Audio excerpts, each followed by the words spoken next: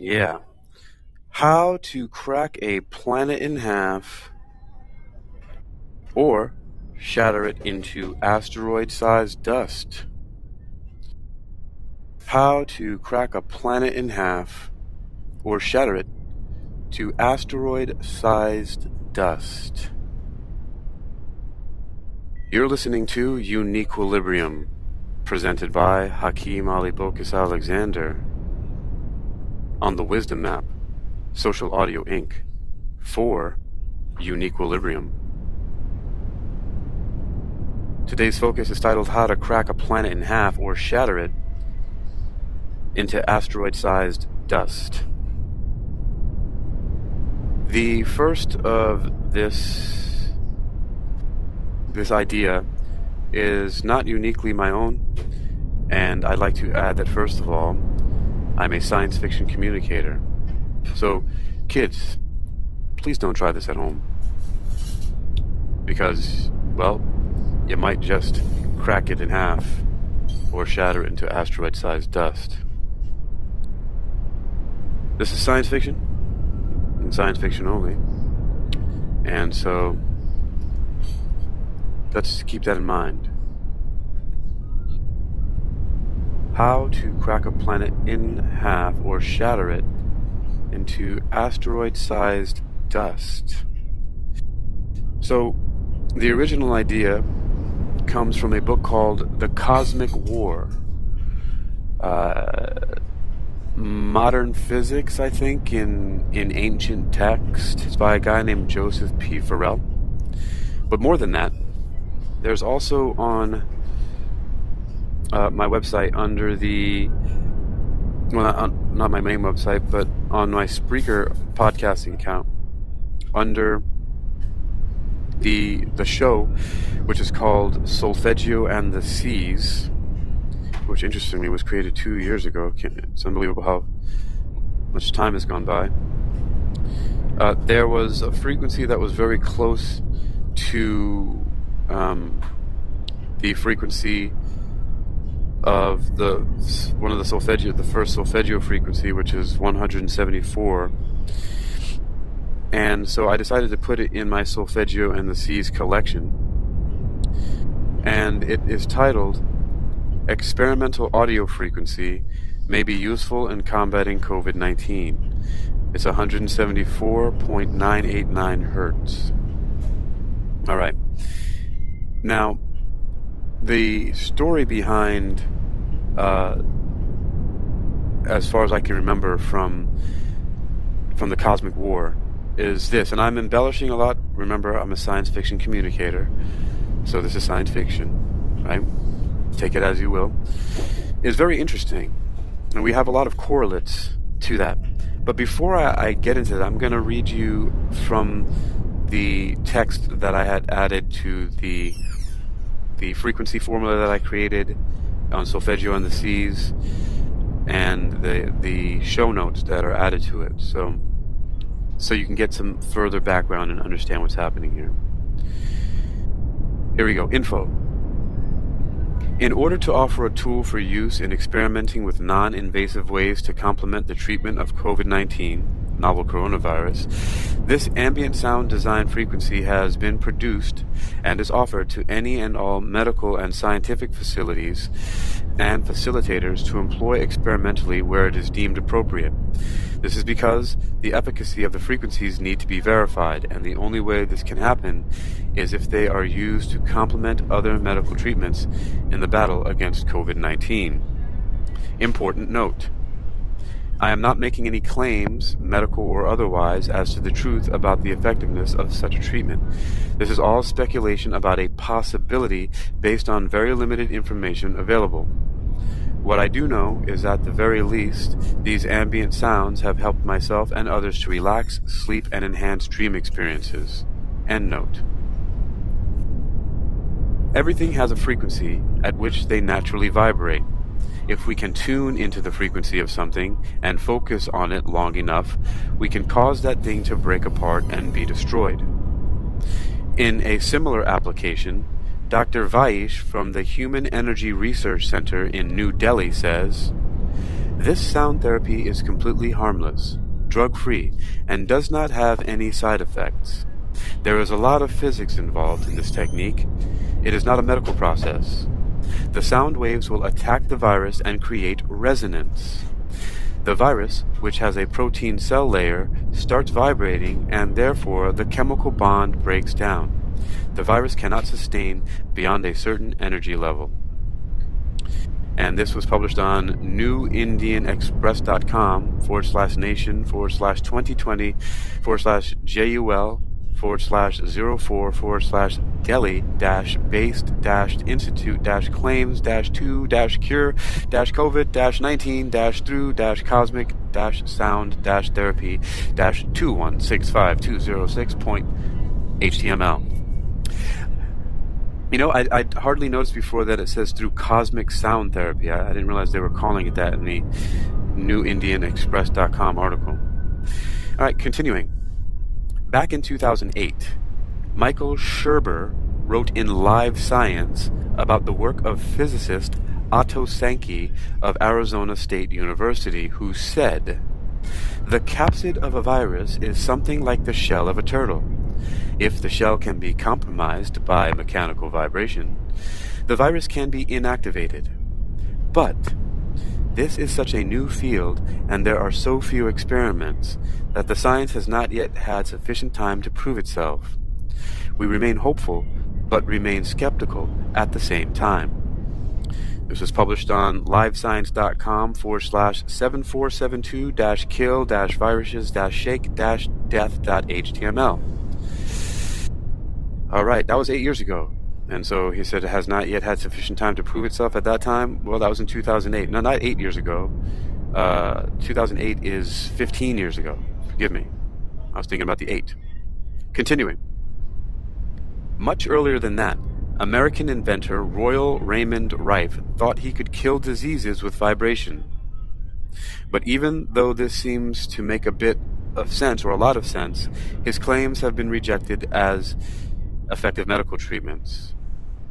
In April and May of the year 2020, PhD student Abir Chakrabarty published on https:///osf.io/preprints/INARXIV/EW6US. He published that certain audio frequencies may be used in fighting against the novel coronavirus, COVID-19. This is only one of 3 frequencies, 174.989, that I have selected to embed in this binaural tone formula, since I have previously created a sound healing formula anecdotally reported to relieve pain and stress, 174 Hertz.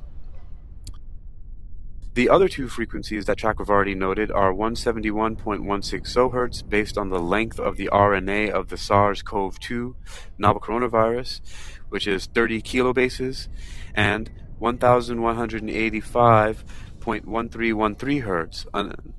Another method is calculation of therapeutic resonant frequency for the spike protein of the novel coronavirus based on the number of bases present in its genome, and on the guidelines of the U.S. patent 7,280,874B2, or 7,280,874B2. He also says, in regards to how to use the frequencies, that the best way to administer the frequency is in the form of any audio speaker, preferably concave, such that the focus of the speaker targets the vicinity of the lungs of the patient, such that the speakers are placed near the beds of patients.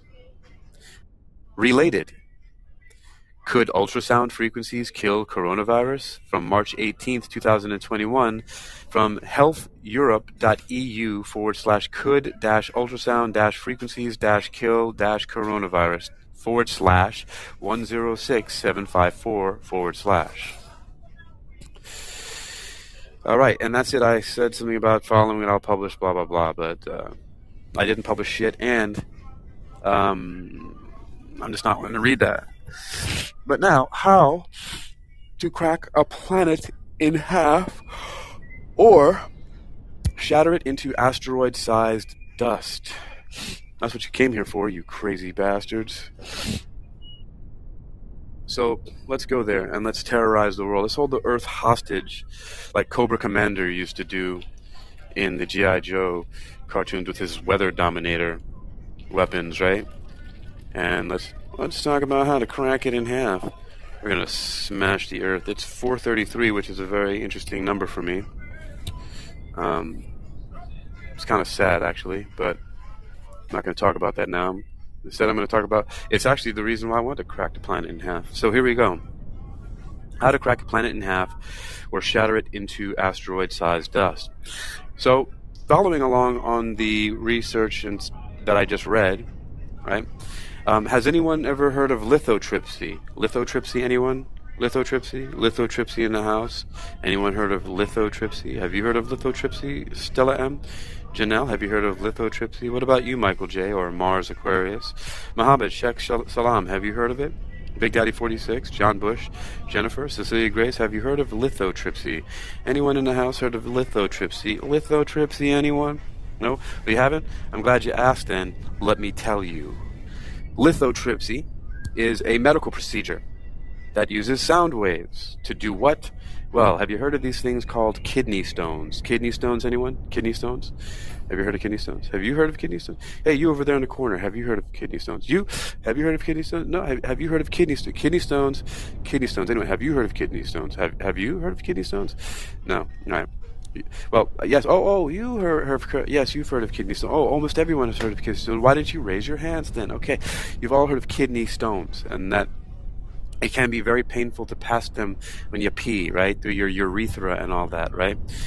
So, the medical scientists have long been using a technique called lithotripsy, in which they use ultrasound frequencies to shatter the stones into smaller pieces to help them to pass through the urethra. As a matter of fact, I'm going to go lithotripsy. I'm going to type it into the Googles. And what does it say here? First thing that chops up is lithotripsy from Medline Plus, Medical Encyclopedia. It says, lithotripsy is a procedure that uses shock waves to break up stones in the kidney and parts of the ureter, the tube that carries urine from your kidneys to your bladder. After the process, the tiny pieces of stones pass out of your body in your urine. I'm going to click on the link lithotripsy. Description. Extracorporeal shockwave lithotripsy, ESWL, is the most common type of lithotripsy. Extracorporeal means outside the body. To get ready for the procedure, you will put on a hospital gown and lie on an exam table on top of a soft, water-filled cushion. You will not get wet. You will be given medicine for pain or to help you relax before the procedure starts. You will also be given antibiotics. When you have the procedure, you may be given general anesthesia for the procedure. You will be asleep and pain-free. High-energy shock waves, listen to this, guys, also called sound waves. Why didn't they get to that, you fucking idiots? Jeez, that's what dancing around the whole damn thing. Well, it's kind of like I do it, so I guess I'm a fucking idiot, too. I got built up to this whole thing like that, right? High-energy shock waves, also called sound waves, guided by X-ray or ultrasound, will pass through your body until they hit the kidney stones. If you are awake, you may feel a tapping feeling when this starts. The waves break the stones into tiny pieces. The lithotripsy procedure should take about 45 minutes to 1 hour. A tube called a stent may be placed through your back or bladder into your kidney.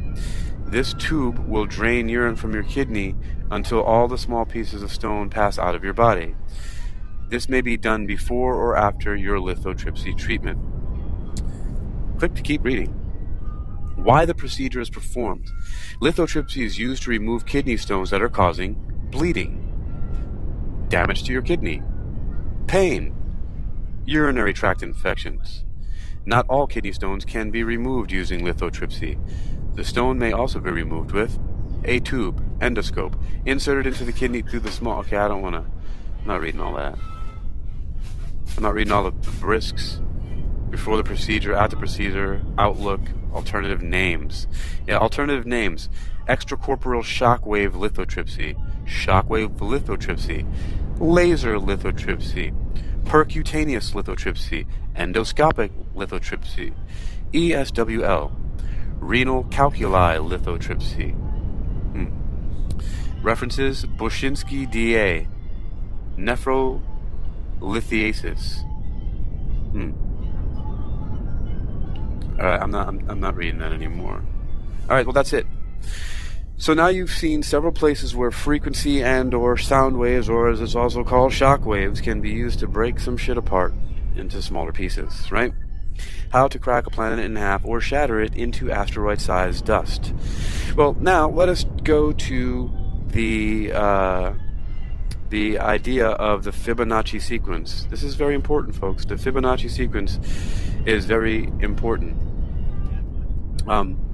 So right now I'm typing in planetary order so I can make sure I look at what we have here. Okay, so first of all, in the planetary order we have Mercury, Venus, Earth, Mars, Jupiter, Saturn, Uranus, Neptune, and Pluto. Yes, I still consider Pluto a planet. Right? So, now, if you look at the planets in order, they are spaced out in the order of units that are based on the Fibonacci sequence. So, for example, the distance that Mercury is from the Sun, that's 1 unit.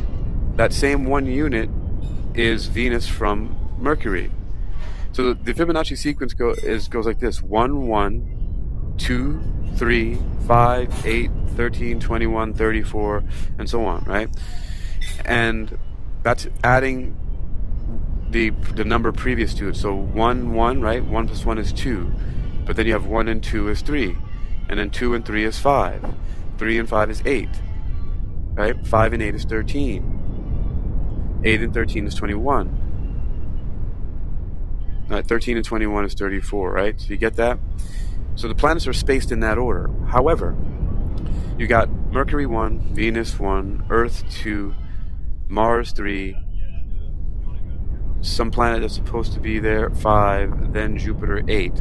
Well, what's that planet supposed to be there? What's in its place right now? Ladies and gentlemen, there is something that we call, I'm going to type this in, the asteroid belt. Let's take a look at this. Asteroid belt from Wikipedia. Ooh. Wait, what the hell? What? Yo. It says this search may be relevant to a recent activity. Asteroid belt used to be a planet? Yeah, okay. Let's see, the asteroid belt is a torus-shaped region in the solar system located roughly between the orbits of the planets Jupiter and Mars. It contains a great many solid, irregularly shaped bodies of many sizes, but much smaller than planets, called asteroids or minor planets. So asteroid belt, yep, that's it, right? It's between, it says roughly between the orbits of the planets Jupiter and Mars, right? Now, let's go to here. Asteroid belt used to be a planet on Google. How was the asteroid belt formed? From Cosmos magazine. Astronomers once thought that the asteroid belt used to be a planet that got smashed up into little pieces.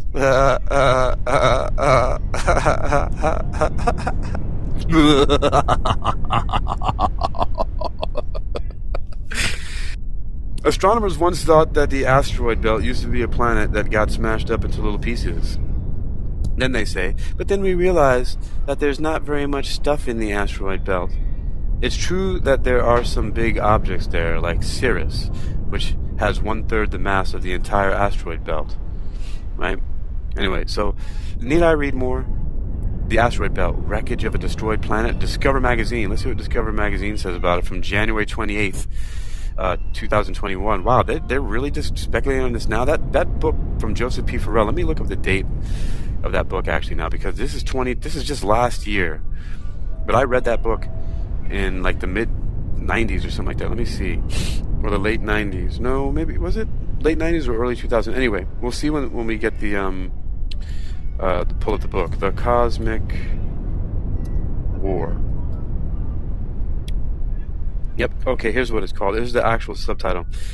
The Cosmic War, Interplanetary Warfare, Modern Physics, and Ancient Texts. October 15th, 2007. So that was 16 years ago now. Let's say 15 years. So it's 15 years ago now. The Cosmic War, Interplanetary Warfare, Modern Physics, and Ancient Texts. Let's read that. It's on Amazon. Let's take a look what it says. The full history of the exploded planet hypothesis. There is ample evidence across our solar system of cataclysmic and catastrophic destruction events, and many planets are scarred from incredible impacts and teeter in their orbits from unexplained causes. Rejecting naturalist and materialist assumptions of catastrophism forwarded by other researchers, Farrell seriously asserts that the causes are based in ancient myths of a cosmic war in the heavens. Incorporating extraterrestrial artifacts, cutting-edge ideas in contemporary physics, and the texts of ancient myths into his argument, Farrell maintains that an ancient interplanetary war was fought in our own solar system with weapons of extraordinary power and sophistication. It includes secret technology behind the ancient tablets of destinies, the ancient texts telling of such destructions, from Sumeria, Tiamat's destruction by Marduk, Egypt, Edfu and the Mars connections, Greece, Saturn's role in the War of the Titans, and the ancient Americas, ancient and current mechanisms which could explode planets, the true scientific reason for our solar system's asteroid belt. Alright, so and now, in 2021, from Discover magazine, from January 28th, 2021, so that's a year ago almost, right? It says, the asteroid belt, wreckage of a destroyed planet or something else? The asteroid belt is a ring of debris that exists between Mars and Jupiter. What caused it to form? And will it ever become a planet? It was a planet, bro. Maybe, right? By Joshua Rapp. Learn. Can you learn to rap, or can you rap to learn? Alright, so now we have, and this is interesting because I've never seen this before, or some of the other ones that I looked at, they've just been popping up on my, my AI interfaced feed here, courtesy of the Googles. Newsletter. How long is this? Should I read this? Yeah, it's short and relevant, because it's recent that they're talking about this. So let's see what they have to say on discovermagazine.com. Just outside the orbit of Mars sits our sun's premier collection of space rocks.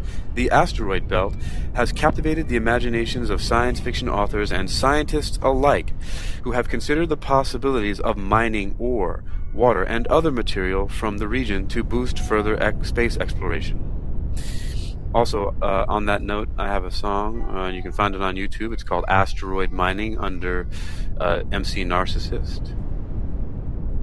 Alright, so just outside the orbit of Mars. But how was this orbiting field of debris formed? Does it represent the rocky bones of a former planet from eons past? Or is it a type of gathering place for a planet to be?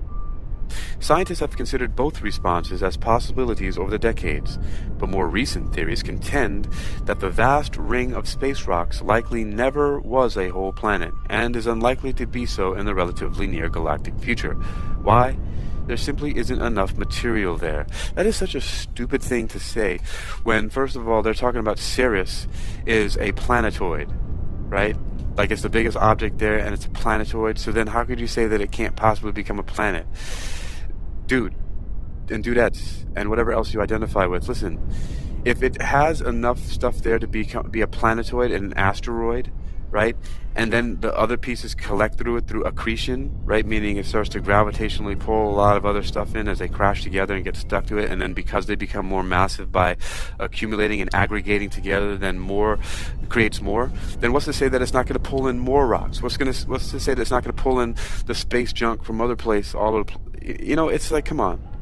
This is what I love about skeptics, how stupid they are. Like, they leave stuff out expecting you not to look at what they're leaving out. And you probably don't look at what they're leaving out, right? Like there was this one skepticism going against what Graham Hancock and other researchers in archaeoastronomy said that one of the latitude-longitude lines passing through near the Great Pyramid of Egypt encapsulates the speed of light in a vacuum exactly, except moving the decimal points, right? And they said, well, it's not exactly passing through the apex of the pyramid, and there are thousands of other lines that pass through there, and so, just accidentally, could be passing through there. Any one of these is just a random coincidence, right? However, no one is talking about, in the skeptics, about how there's called, I don't know, have you ever heard of tectonic plate shift? Is it true that the planets, that the continents have shifted away from each other, right, and are not in the same place that they were millions of years ago, even thousands of years ago? So come on, folks. Let's, leaving that kind of shit out is very, very interesting. And hey, I'm just a science fiction communicator, man. What do I know? This is all science fiction. So let's continue here, right? So leaving all this stuff out. This is the cool place in our solar system where all the small bodies go, says William Botke, Director of Space Studies at the Southwest Research Institute, a non-profit research and development organization headquartered in San Antonio, Texas. Former or future planet. Billions of years ago, our solar system was far from being a stable and organized place. Planets were still forming, throwing their neighbors' orbits out of whack in the process. In light of all this action, some astronomers used to believe a planet that orbited our sun between the trajectories of Mars and Jupiter was blasted into pieces and formed the asteroid belt that floats in space today. Scientists thought that maybe there was a planet there and it got blown to smithereens, explains Sean Raymond, an astronomer at the Astrophysical Laboratory in Bordeaux, in France. But after researchers began to examine the patterns in iron meteorites that fell to Earth as meteors, Raymond says it became clear they didn't come from one parent body. Okay, again, as if they could know that. This is so funny. How do you know what the composition of one planet body comes from? Do you know what's exactly in the... I could just...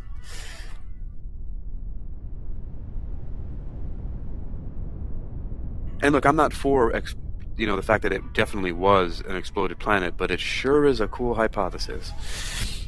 As a result, the thinking began to shift toward the idea that the asteroid belt was full of planetesimals, or pieces of a planet that either hadn't formed or failed to form. But the trouble with this theory is that there just isn't enough material in the belt to create such a mass.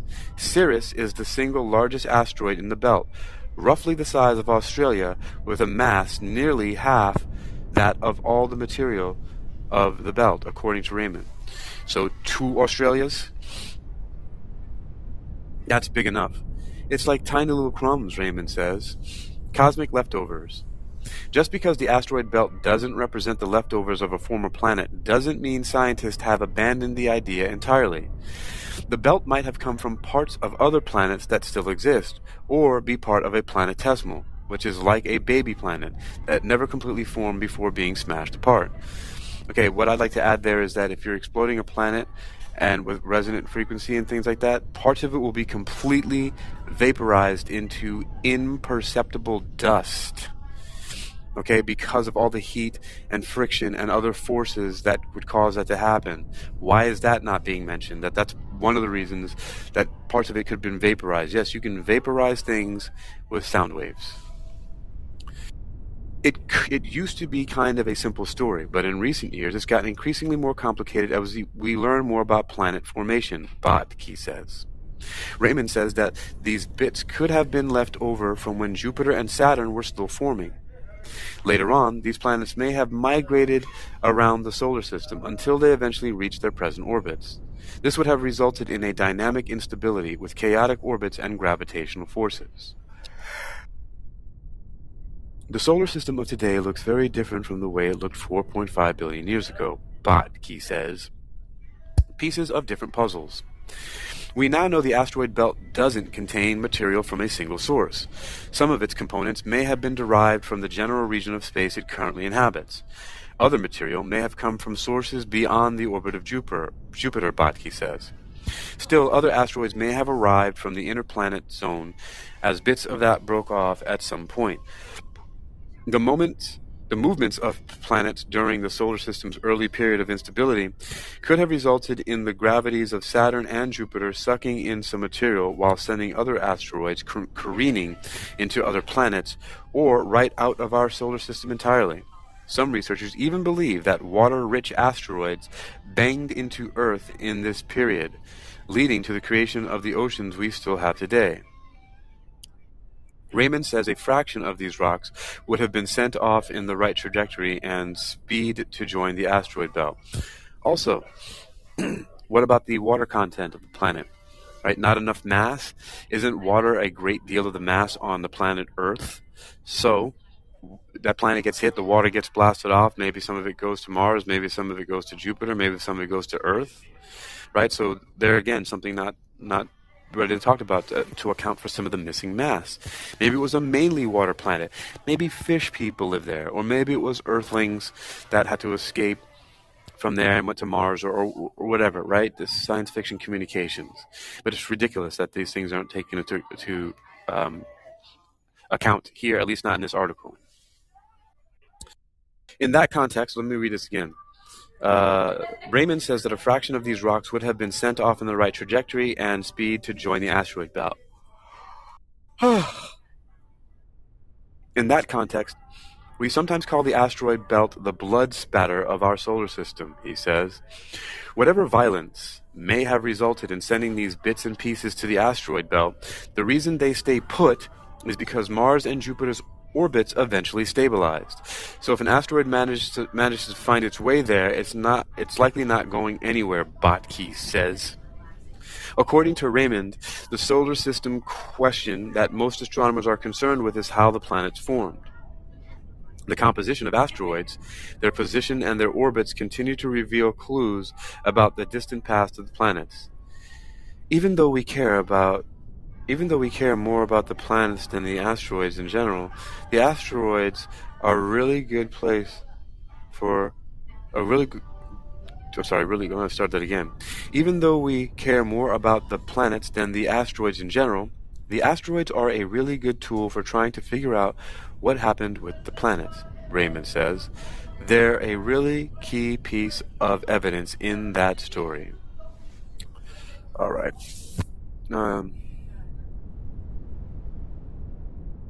Yes. So,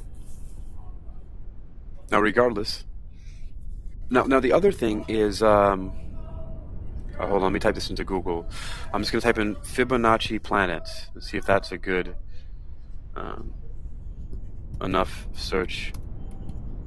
Pull that up. Okay. The Fibonacci sequence is shown to predict the distances of the moons of Jupiter, Saturn, and Uranus from their respective primary. The planets are shown to have a trend which follows the Fibonacci sequence with individual offsets attributed to planetary densities. Fibonacci series in the solar system. This is a paper? It's a paper. Scientific paper.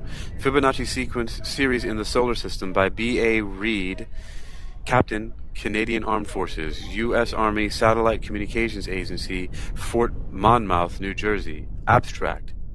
The Fibonacci sequence is shown to predict the distances of the moons of Jupiter, Saturn, and Uranus from their respective primary.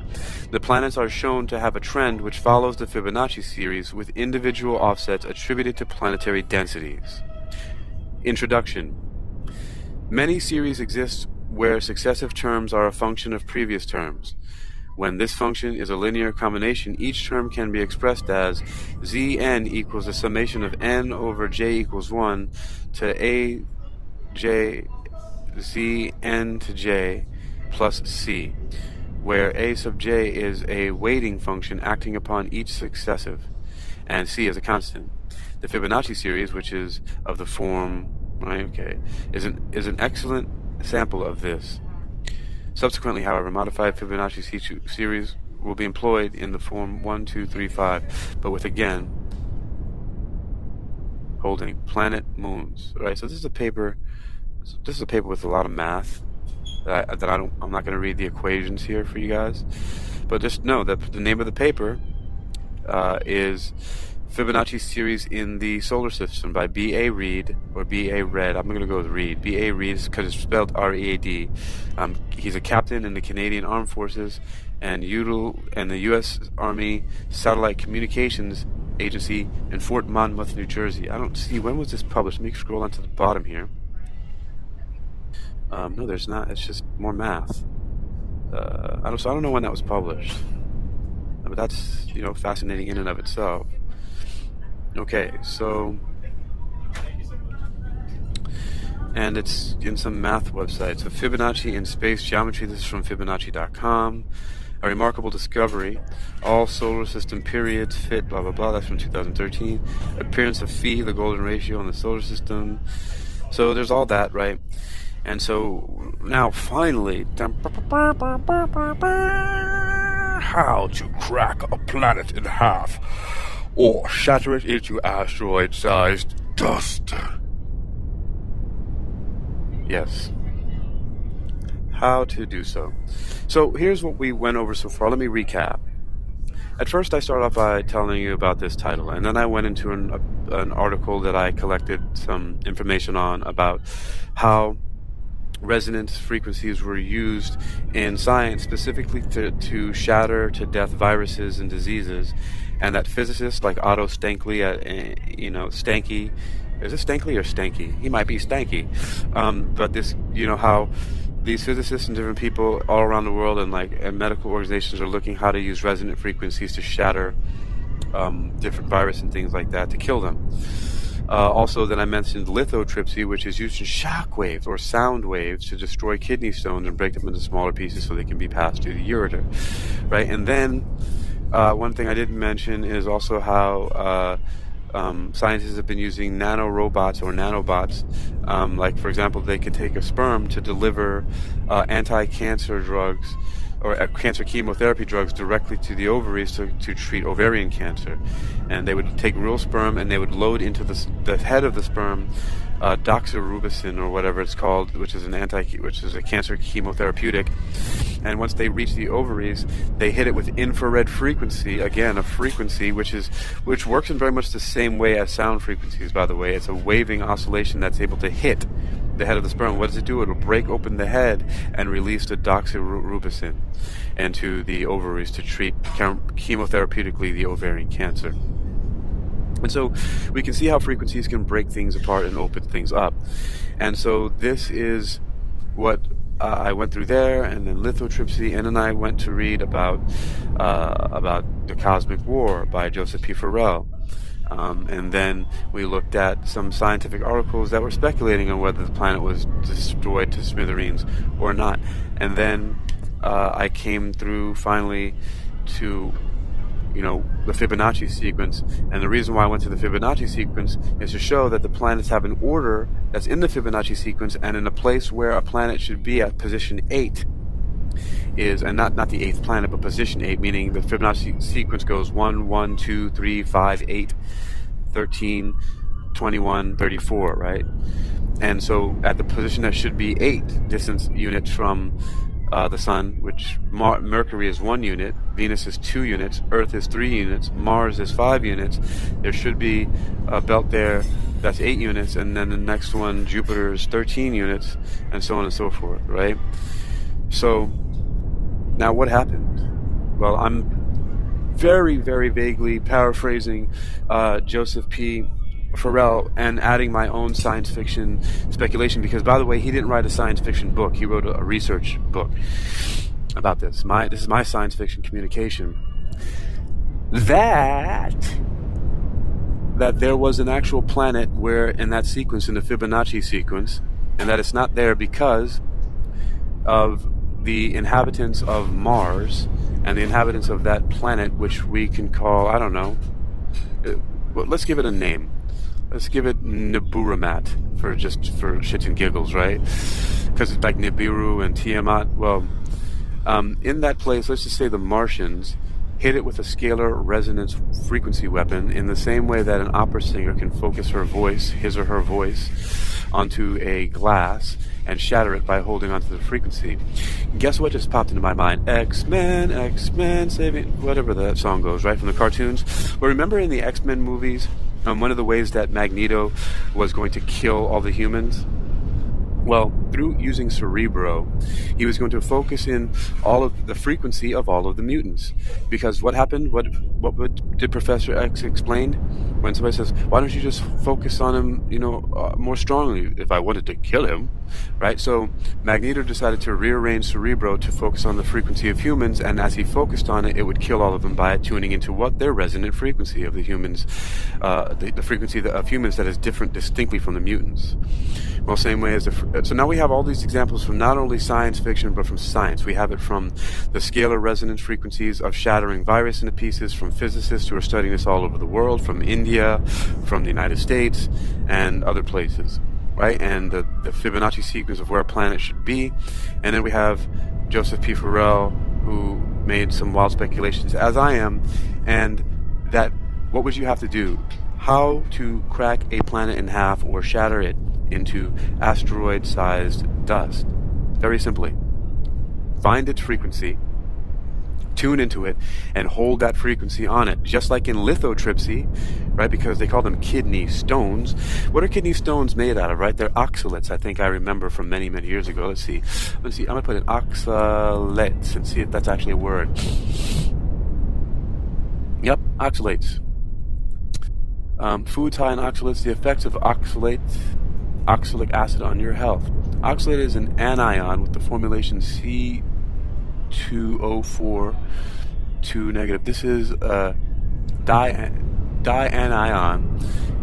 This dianion is colorless, occurs naturally, including in some food. It forms a variety of salts, for example, sodium oxalate, and several esters, such as dimethyl oxalate, and is a conjugate base of oxalic acid. The effects of oxalic acid on your health.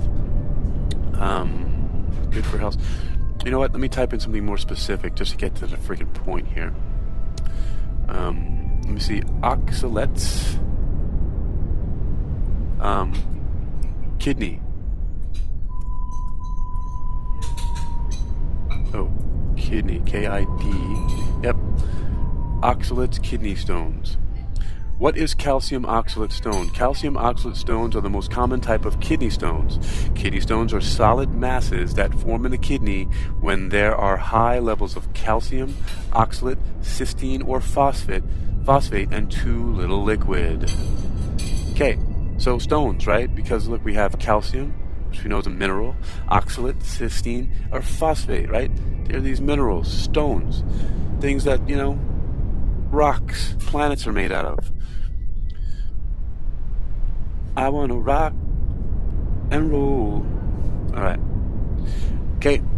And so you tune into it, just like you can with the kidney stones, right? And what did they say? For 45 minutes to an hour, you have to focus on the resonant frequency. And I've got one more movie reference that just popped into my head right now. Remember the reboot of Star Trek, right? Where they had this beam device that they dropped they drilled a hole into the center of the planet, and then they dropped the red matter in there, and it consumed the planet within itself. Well, the reason why Nero did that is because he was upset that Spock wasn't able to save his planet from being destroyed by a supernova explosion. And so all these examples of planetary destruction, right? There's so many different stories all over the place, from ancient history, from modern physics, and all this other stuff like that. So by focusing in on the frequency for some prescribed length of time, this is how to crack a planet in half or shatter it into asteroid-sized dust. So, if we here on Earth want to do that, we simply have to focus in on the frequency of Earth. And what is the frequency of Earth? I think we might know that. Isn't it called the Schumann resonance? Right? Uh-oh, people. Is Hakeem telling you how to blow up the planet Earth? Oh my gosh. That's some supervillain stuff right there. Am I really? Alright, check this out. The primary resonance is at a frequency of about 8 hertz, 8 trips around the planet per second. It's like sitting inside a ringing bell, said Harrison. The resonance is maintained by the combined effect of all the lightning flashes on Earth between 40 and 50 per second. Studying Earth's double electrical heartbeat, EOS.org. Oh my goodness. What did I just stumble upon? I'm never gonna be alright. Yeah, you know, we all wanna change the world. Whatever, I don't know this song. I think it's from the Beatles, right? What's up, Noble Ron? Moody Blues, behind you sounded rad. Revolution, yeah, Revolution. And so, we all want to do it. Here's what I can do. So everybody listen to this. So here's the thing that I focus on. The waves combine and amplify each other, producing an electromagnetic effect known as Schumann resonance. The primary resonance is at a frequency of about 8 hertz, 8 trips around the planet per second. It's like sitting inside a ringing bell, said Harrison. The resonance is maintained by the combined effect of the lightning flashes on Earth. So, here's one thing that I'm going to do. I'm going to use Audacity, and I'm going to create a frequency of 8 hertz, by the way, which is inaudible, so it's not audible to the human ear. So that's one thing. So I'm going to create that. I'm going to put it on YouTube so that anybody who happens upon it is going to play it and contribute to the cracking of our planet in half. So we got, let's see. Let's start from the beginning of this article here. What is this here? Now maybe I don't need to start from the beginning. Measuring the global circuit is a history of failure. What is EOS.org anyway? The best measurements are made from the oceans where their air relativity, What is this? The best, what are we talking about here? Anyway, well, there's a paradox involving the DC and AC circuits, said Williams. America wins the DC circuit, which always peaks at around 1900 UT, but if you look at a global lightning, Africa wins with a peak at around 1400 UT. We're trying to get a handle on the reason for that paradox. Shifting baselines. So I don't know what this paper is all about, but I found out new data helps scientists choose between two possible explanations for differences in American and African chimneys. What the fuck? Anyway, well, thanks for giving me the 8 cycles per second frequency. Cobra Commander wins. What is Earth's national frequency? Fort Myers Beach Chamber? What the heck is that? Alright.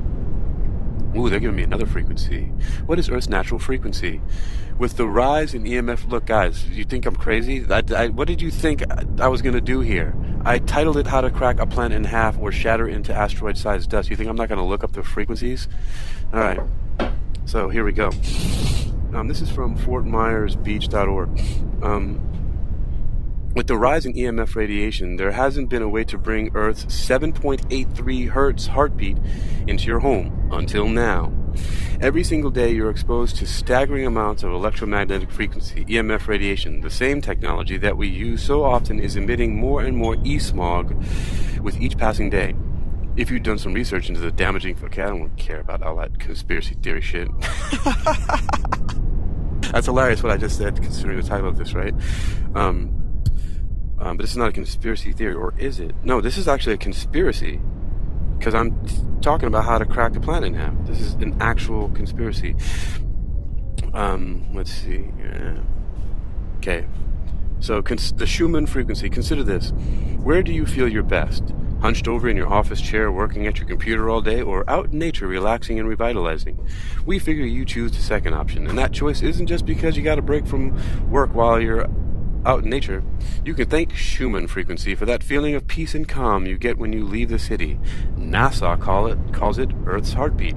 It's created by flashes of lightning in Earth's atmosphere. When electromagnetic waves from these flashes combine, creating an atmospheric heartbeat that encircles our planet. Let me take a moment and give you 528 to give you some love.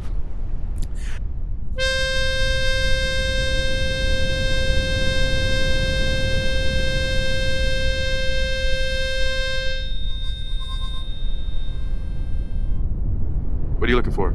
Thank you. Yes, look, see, it's called a love tuner. Oh, sorry about that. Right. See, I'm in a cafe and I started freaking out the barista here. This is the Love Tuner, courtesy of Cecilia Grace here, one of our wisdomers. She's an affiliate, so go to her wisdom profile and click on her links there, and you can find the Love Tuner. You can get one for yourself. So maybe you can use the Love Tuner frequency to counteract my evil, diabolical plans to crack the planet in half and shatter it to asteroid-sized. Okay, so here we go. Yep, electromagnetic flashes. EMF disrupts 7.83 hertz. And then we have 8 hertz and we have 7.83, both of which are inaudible to the human ears. I just bought a pair of very inexpensive gaming headphones yesterday, just to see what they sounded like. And Graciela Moore told me when she was listening to me, she's like, "You sound muffled," which I do. I did sound muffled. It's from Gamer Pros. They were like $7.99 from Roses, right? Which Roses it's hit and miss. You got some really good stuff, but this is a really high quality cord. It may be just good for playing games and talking to people like that. I don't think the people playing games like that are going to really consider that I'm muffled. But I'm going to try it in different apps later and see what happens, or just to watch a movie, because it has the point of bringing that up is that when you look at the specifications of different headphones, it'll tell you the frequency range. It'll say range. Well, the range on these headphones happens to cover the entirety of most humans' audible hearing range, which is from 20 hertz to 20 kilohertz, which is 20 to 20,000. That's the frequency spectrum from which most human beings hear.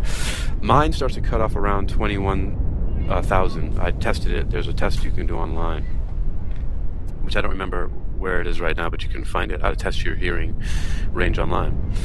All right, as we mentioned earlier, that feeling of mental clarity, relaxation, in a sense you get, okay, you know what? I'm done reading that. 7.83 in your home, naturally if you live. Come on, are they selling us something? Centropics product line, yeah, okay. That's the one I wanted to get to. By emitting Earth's natural 7.83 hertz frequency, Cocoon essentially neutralizes incoming EMF radiation. So here they're talking about electromagnetic radiation, which the reason why I just played the Love Tuner is to clue you in onto something. Let me play it again. Let's hear that.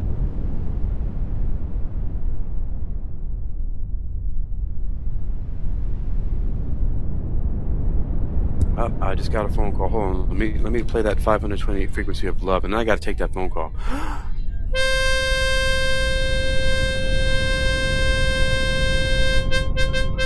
Hakim.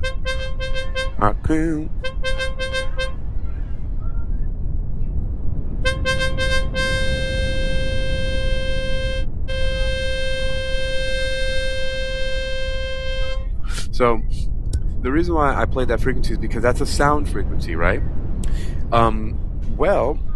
Right, sound 528. Well, there's a corresponding frequency in light, right? Light, which is electromagnetic frequency, photons. So sound and light, correspondence, right? And if Earth's corresponding frequency with sound, right, we can get to 7.83 and 8 hertz, right? So listen to this.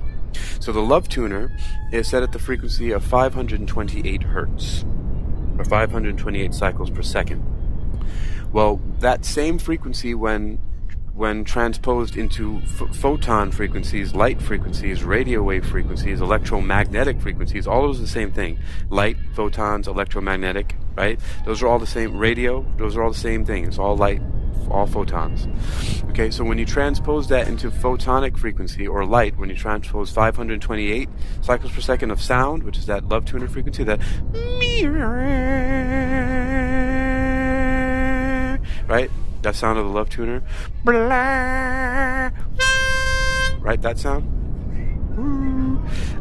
To light, it gives you a very specific color green, the green of chlorophyll that's in the chloroplast of plants that converts sunlight into, using the sunlight frequencies along with carbon dioxide and H2O, CO2 and H2O, and turns that into C6H12O6, C6H12O6, which is glucose in the body. So you have a light frequency that it corresponds exactly with a specific sound frequency of 528. Accident? I don't know. It's just cool that people have chosen that frequency. So all I'm saying is that corresponding frequencies you have as sound and light, both things that you can see.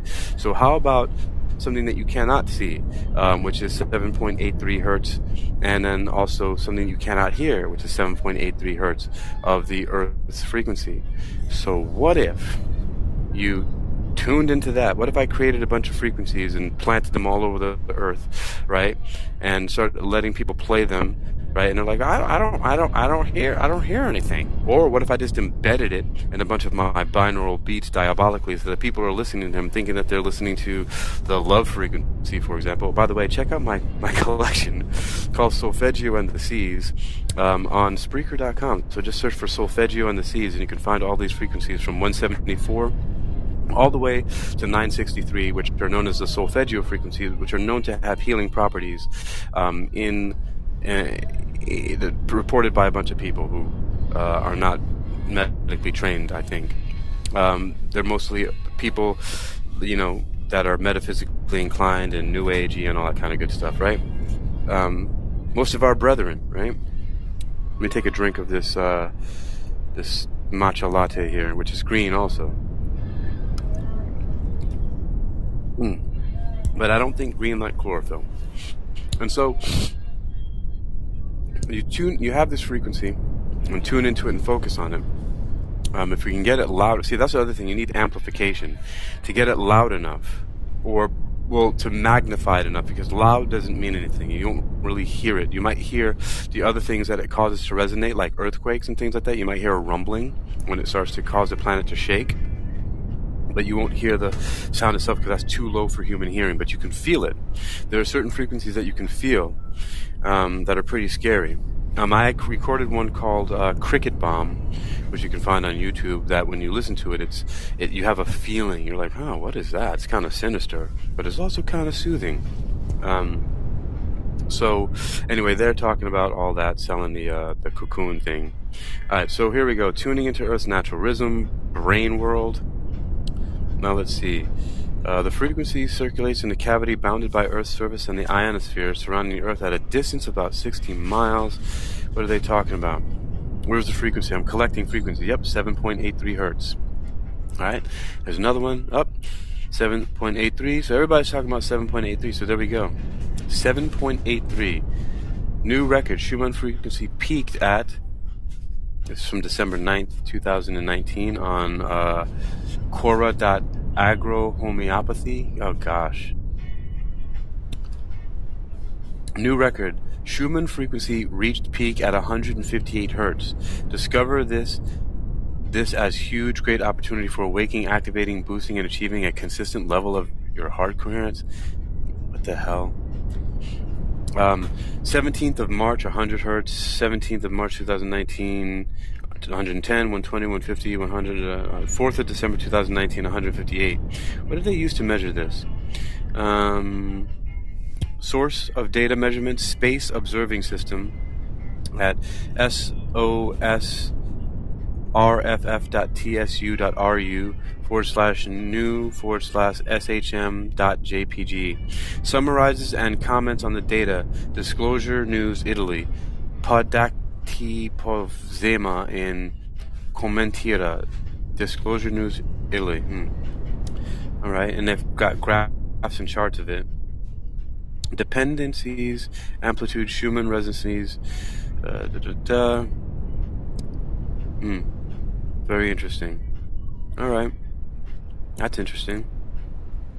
So that's the thing again there, how to crack a planet in half or shatter it into asteroid-sized dust. We got to find the frequency. So overall, I'm going to settle on this 7.83 frequency. And just like Magneto, we can tune into the frequency of the Earth and crack it in half. Or I'm going to focus on the frequency of assholes, not anuses. I'm talking about fucking idiots. And maybe we can shatter them in half, or to at least vaporize them into dust. So, deep, that's all, folks. So how to crack a planet in half, or shatter it into asteroid-sized dust? Well, There are lots of different ways, but the main one is to find and locate the frequency of it. Hold that frequency for as long as possible. I don't know. Let's see. There are 8 billion people on Earth, so you might have to hold it for 8 billion minutes. That's too long. So, in order to not have to wait that long, we have to magnify it exponentially by boosting the signal.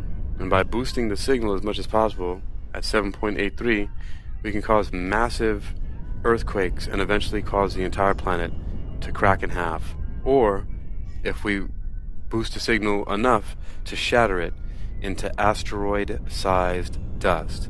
So if you're a good guy out there trying to oppose my supervillainy, then you will find a way to block these frequencies from being magnified all around the world by my satellite stations that I'm slowly positioning around the Earth. Do you know? Also, just a side note, dark energy is actually gravity's reverse pole. Just like electricity has an opposite, right? Positive and negative. And magnetism has a north and a south. Well, gravity has a well and a hill. And that is what the energy is that's helping the universe to expand.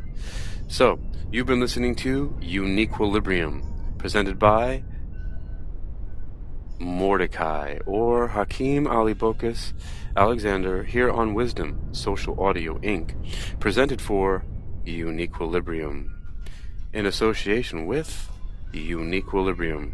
This edition's focus is going to be on the 7.83 Hertz Schumann resonance, but it's called How to Crack a Planet in Half or Shatter It into Asteroid-Sized Dust. Welcome and hello to everyone who has visited or stopped by or bounced through the room, including Noble Ron for giving some love, showing some love here, and Mojo, King Michael Jackson, Coolio and D. Jones, Mr. 2 Extra, Dr. Robert James Gooden, David Dighton, Jennifer Passavant, Tao Cavo, Reggie Woodson, Graciela Moore, Moon Magic and Mindfulness with Grace, Jason B., True Ministry, Fly Girl Diva, Jillian Gerasmic, Ray Davis, Mark Childs, Chad Young, Desiree Sotelo, Janelle, Jennifer, Mr. Amazing, Anthony Thomas, Lois Hampson, Cecilia Grace, Alicia, Mike Wright, Conscious Living Forever. We're not going to live forever on this planet if I crack it in half. Doobie, Creed Cole, Davey Astrophysics. Maybe you can help me, Mr. Astrophysics. We can do some astrophysics, Earth-like destruction. John Bush, Mohammed Sheikh Salam, Big Daddy 46, Mars Aquarius. There we go. Talking about that Mars up in here. Michael J. and Stella. And you know, and here's the thing. You got the frequencies here, but the whole point is that it has to be magnified. And right now, we have to continue to position our satellites, our invisible satellites. They cloak themselves in gravity. By the way, this whole idea of anti-gravity propulsion is nonsense. Even though one of my favorite scientists, who just recently passed away about a month ago, or less than a month ago, Paul A. LaViolette, who wrote the book Secrets of Anti-Gravity Propulsion, there's really no anti-gravity about it, and there's no propulsion, because propulsion is an old, outdated method of moving anything off the planet, by the way. And he you know, of course, Paul A. LaViolette acknowledges that. But it's not anti-gravity because it's simply employing another pole of gravity, if you will. You know, we have a gravity well in which we get pulled into massive bodies, and there's a gravity hill which will push us away from them, and that's what is the dark energy that is pushing and expanding the universe apart. It's simply the gravity's opposite pole. And they have very similar properties, and I won't get into all of that right now about why this is so. Just trust and have faith. Now this is the way that it is, because science says so, and we worship the God of science. And also, you remember? Also, and I'd like to close out with the quote from one of my favorite characters of all time, who is part of the inspiration for cracking a planet in half and shattering into asteroid-sized dust. But I'm going to put it in the voice of another one of my favorite villains. So here are the villains here. The one is Gargamel from the Smurfs, and I'm going to use his quote that's in the introduction to the Smurfs cartoon, and I'm going to put it in the voice of Dr. Claw from Inspector Gadget, right? You know, Dr. Claw, I'll get you next time, Gadget. Next time. Right? And Gargamel, right? So here's the line. Perish the land like never before. Total destruction from mountain to shore. How to crack a planet in half or shatter it into asteroid-sized dust. Boom!